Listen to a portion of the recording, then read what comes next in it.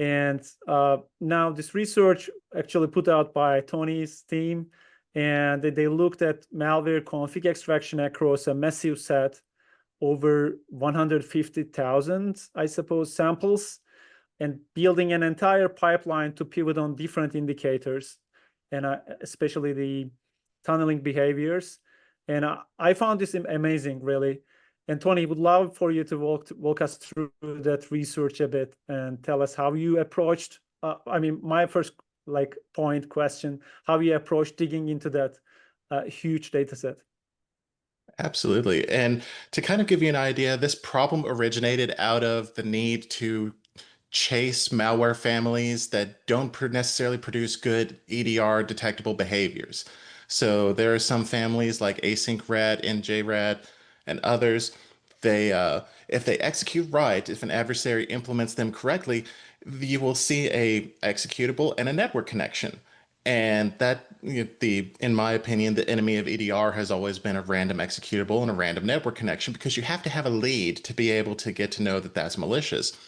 And so that need to chase after those malware families kind of produced this research where we started ingesting a lot of ngrad samples, asyncRAT samples, ksrrat, a bunch of different ones, xworm, trying to figure out what common command and control infrastructure do they like talking to, so we could use those as indicators of compromise to be able to hunt for those and customers that we protect. And what we ended up finding was that there were some very interesting trends between different malware families and the samples that were made publicly available. And some of these are adversary choices. I have to make that clear because, if you download xworm, if you download asyncRAT, you can choose how you make your own command and control infrastructure. However, the adversaries that did this, they often liked using either dynamic DNS for their infrastructure, for their command and control. And if you're not familiar with dynamic DNS, this lets you basically use a dynamic IP address that you might have on like your home internet, your residential line, and assign a constant DNS name to it so that you can always specify that DNS name, come back to what your IP address is every time. If you're running AsyncRAT on your home network, you probably have some additional problems, but we'll go into that later. Um, and then the other thing that we ended up seeing were the use of kind of these proxying tunneling services like playit.gg. I think there was one that was like a gaming service, ngrok type services, these sort of tunneling services that let you present applications from a private network to a public IP address. And as we started parsing those samples and pulling out configurations using sandbox configuration extractors, we started kind of seeing that adversaries like this sort of thing because it really lets them hide what their real infrastructure is behind the scenes. They start funneling all of that traffic through a trusted or a semi-trusted network that is not really associated with them personally, so that they could have that little bit of anonymity, that little bit of extra that little extra tier of being able to hide from real detection capabilities. And I love how you have this breakdown right in here. Uh, Yeah, in we did here we our have, homework. oh yeah, in the breakdown that we have here, we have our uh, ply.gg domains. Those are the playit.gg tunneling service. Some of these are additional tunneling services. Some of them are dynamic DNS.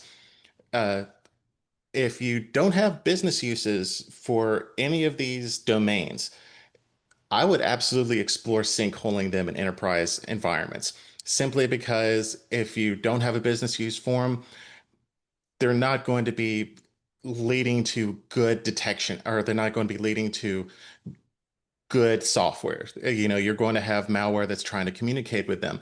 Now, the one that I would really caution people to research first before you do any sinkholing is that try Cloudflare one at the bottom with AsyncRAT. The try Cloudflare one, that is part of the legitimate Cloudflare tunneling service. Again, If you use Cloudflare tunneling, your developers in your organization might. They will probably not be using the free Cloudflare tunneling service. If they are, then that might be some interesting things that you can talk through and work through with your developers, or you may be able to make exceptions for those developers. In reality, does, John in accounting need to be able to query trycloudflare.com and do all of the stuff like that? Do they have Or software that really needs to talk to that domain?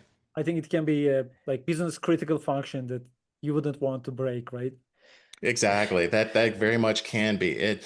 That goes along with the entire concept of like knowing your environment. What software do you use? Being able to talk to your developers, talk to your people, and in some cases, you may even find some sort of shadow IT thing where someone has set up an application that nobody else knows about, and they've done it on free infrastructure. So now you get to figure out how you can support that better as an enterprise. I think the try Cloudflare that you've mentioned, I think that's a pretty good point because you maybe if you really don't really need that service and you maybe can even block it. I think that's funny because you're not only trying to maybe block malicious files from communicating with the C2 servers, but I think we have also seen that quite a lot of phishing pages are being hosted on trycloudflare.com or at least actually use those pages. So I also think that this is a pretty good, interesting point. And the other thing is I'm always surprised by Fedectors using dynamic DNS services. I mean, I don't really know. Well, I think we have seen only one legitimate application in the past years that basically really used the dynamic DNS servers for basically communicating with their services that the software needs. But I would also consider this as not fully, yeah, well, maybe it's a bad practice or not fully compliant with standards that you basically use because I think for business purpose, dynamic DNS services are usually not really used or needed as far as I know. So definitely interesting to catch up on those DNS names being used in your environment. In my experience, we have talked to a couple of organizations that have used them legitimately. In the cases where they did use them legitimately, these were organizations that had hardware resources, that had network connections on them in very remote parts of the world, Hmm. and they had very little control over the network infrastructure, but they could connect them to a dynamic DNS service. But even then, they had a approved dynamic DNS service that they were Yeah, supposed to use and not necessarily use the others. exactly. Outside of that, when we see dynamic DNS used the most legitimately, it's usually when an employee at an enterprise tries to access their NAS at home or, something that they have at home that may or may not be supported by their enterprise, but they still would access from the enterprise system. Well, but in that case, as you've mentioned, I guess you likely can come up with a list on basically what domains you basically expect to see in Exactly. your environment in your network, and everything else probably doesn't really has to be there basically. Exactly. Yeah. Yeah. And it's all about trying to get your exceptions, trying to get your allow list, block list right. Yeah. And talking about the lists, actually, there's a GitHub repo from MISP, so around dynamic DNS. So you can go ahead and check out and just to help you which of these really you're using internally, right? Before Hmm. blocking outright all these ones. I mean, it's amazing, really. I think this is work in progress, right, Tony? And looking forward to really more comprehensive results. Oh yeah, absolutely. And we're still ingesting those indicators. We're still running after these malware families. And since we started this, we've also started doing additional malware families, which has been a very wonderful journey because we've had to make that process more resilient as the malware families have changed. And so uh, it's been wonderful kind of being able to experience that. Amazing. So continuing on, so if you want to go ahead and see more, sandbox reports, I have two resources for our audience. One is our threat feed. Many of you might be aware of, but maybe you didn't have a chance to check out the full functionalities that you can, search for specific malware, like for example, rats, specific categories. You can filter out by sample type, or you can search hash or URL on the portal.